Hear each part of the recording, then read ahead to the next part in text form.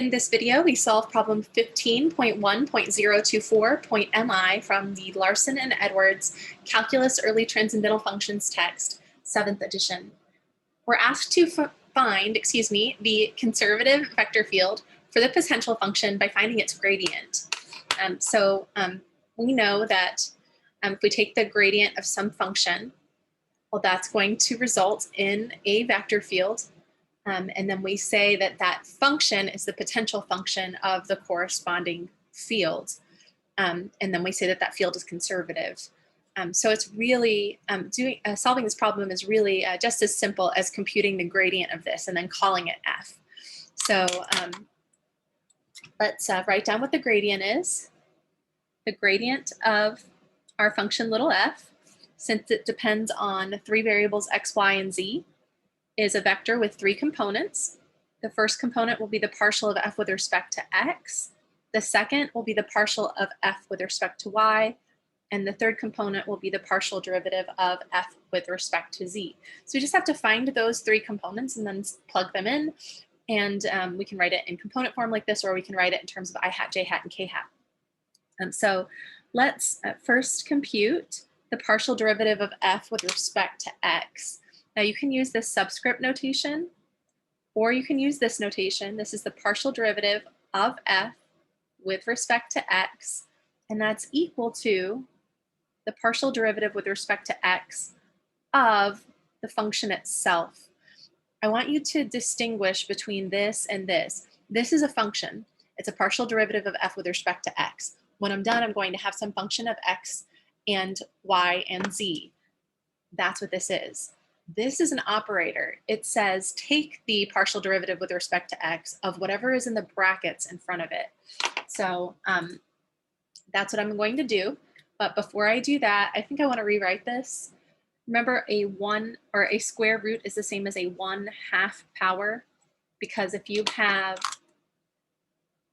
x to the m over n, that's the same as the nth root of x to the m. And of course, it goes the other way as well. I can think of all of this as being raised to the first. And with a square root, there's an implied 2 there. So this is 3x squared y plus 5z squared, all raised to the 1/2 power. The index of the root goes in the denominator. So that's what we'll have right here.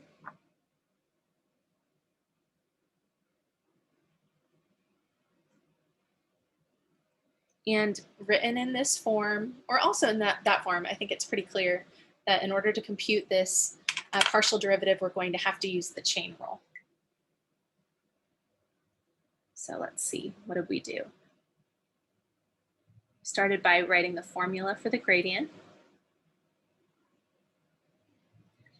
Now we're computing the partial derivative of f with respect to x. And this time we have to use the chain rule, because we have a function nested inside of another function. This is something that we're taking the square root of, or raising it to the 1/2 power. So the way the chain rule works, we say, okay, what's the derivative of something to the 1/2 power? Well, it's going to be 1/2 of whatever you started with to the 1 less power. 1/2 minus 1 is -1/2. Put the inside function back inside without differentiating it. Just put it back in. And then you multiply this by the partial derivative with respect to x of the inside.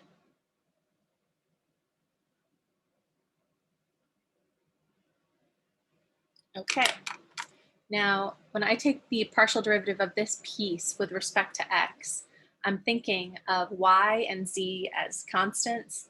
So this is really like a constant, 3y times x squared. The derivative of a constant times x squared is the constant, which I'll just bring it down, times the derivative of x squared. By the power rule, that's going to be 2 times x to the 1 less power. 2 minus 1 is, of course, 1. And over here, if I'm thinking of z as a constant, might as well be a 3. This is like a 3 squared times 5. It's like a 45. The derivative of that constant is just going to be 0. Even though it looks like a variable, we're thinking of it as a constant, and so we get a 0 here. Now, some students get confused about the derivative of this term versus the derivative of this term. This is a constant multiplying a function of x. So we bring the constant down and we multiply by the derivative of the function of x. Just like we did in Calc 1, if we had something that looked like this, we'd bring the constant down and then we'd multiply by the derivative of the function. But if the constant is by itself, derivative of a constant function is 0. It's a horizontal line. It has a slope of 0. So that's how we're thinking through this. I've got a constant times the derivative of x squared, which is 2x, and the derivative of this, which we're treating as a constant when we take a partial derivative with respect to x, is 0. So I've got this times this. If you want, you could bring that out front. This is going to be a 1/2 times 6xy times this quantity here.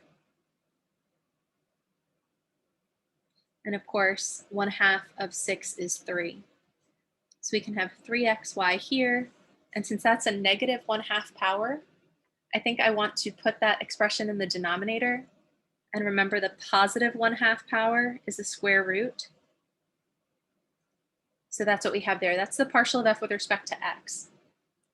Okay, we're going to keep going because we're trying to compute the gradient. That is our field. The gradient of f is the field capital F of x, y, and z. So that's our x component of the field. Now we will compute the y component of the field.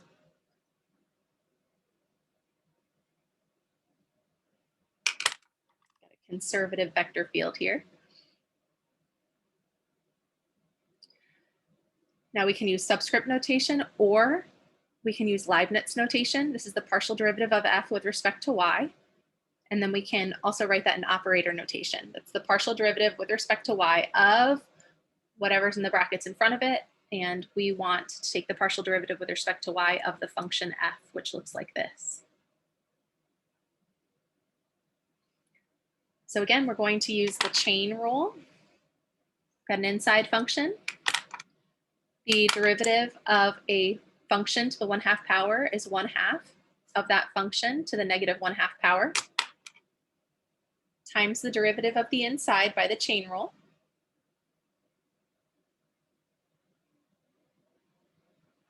So this is a partial derivative of the inside with respect to y, treating x and z as constants.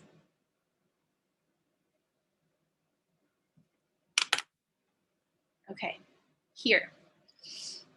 I'm thinking of this as a constant times y. The derivative of a constant times y is just the constant. In this case, the constant is 3x squared.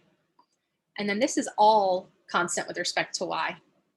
It's just a constant as far as y is concerned. So the derivative of that piece is 0. Then when we multiply these two guys together, well, I don't think we have any simplifications this time. We're going to end up with this in the numerator,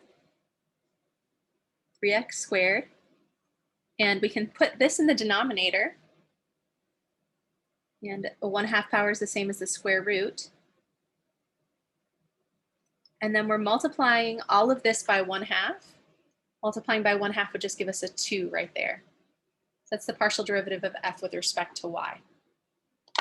Okay, let's keep going. Now we need to compute the partial derivative of f with respect to z. Use the chain rule again.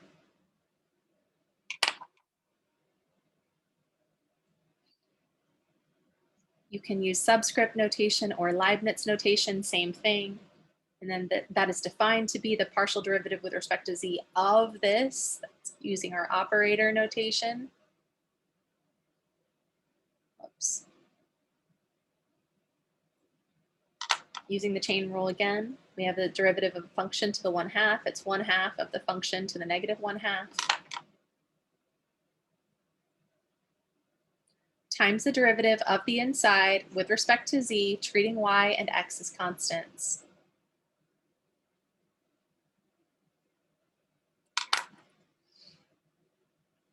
There's no z in this, so that's all constant with respect to z. So we'll get 0 here, and then we'll add the derivative of 5z squared with respect to z. So it's going to be 5 times the 2 times z to the 1 less power. So it's just going to be 10z.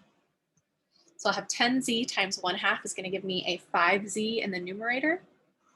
And then we'll have the square root of 3x squared y plus 5z squared in the denominator. Okay, so we've got the partial of f with respect to y here, the partial of f with respect to z here, and of course the partial derivative of f with respect to x there.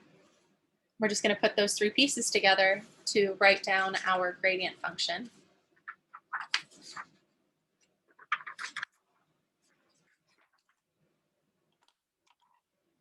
The gradient of lowercase f is defined to be this conservative vector field f, and the x component was 3xy over the square root of 3x squared y plus 5z squared. The y component looked very similar, but we have a 3x squared in the numerator and a 2 multiplying that radical in the denominator. And the z component had a 5z in the numerator. There's no 2 on this one. We have the same denominator.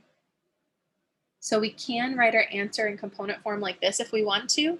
If you prefer, you can use standard unit vector notation. So you could say this instead. Got all of this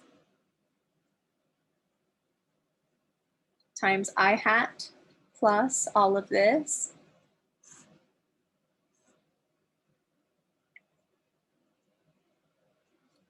times j hat plus all of this times k hat.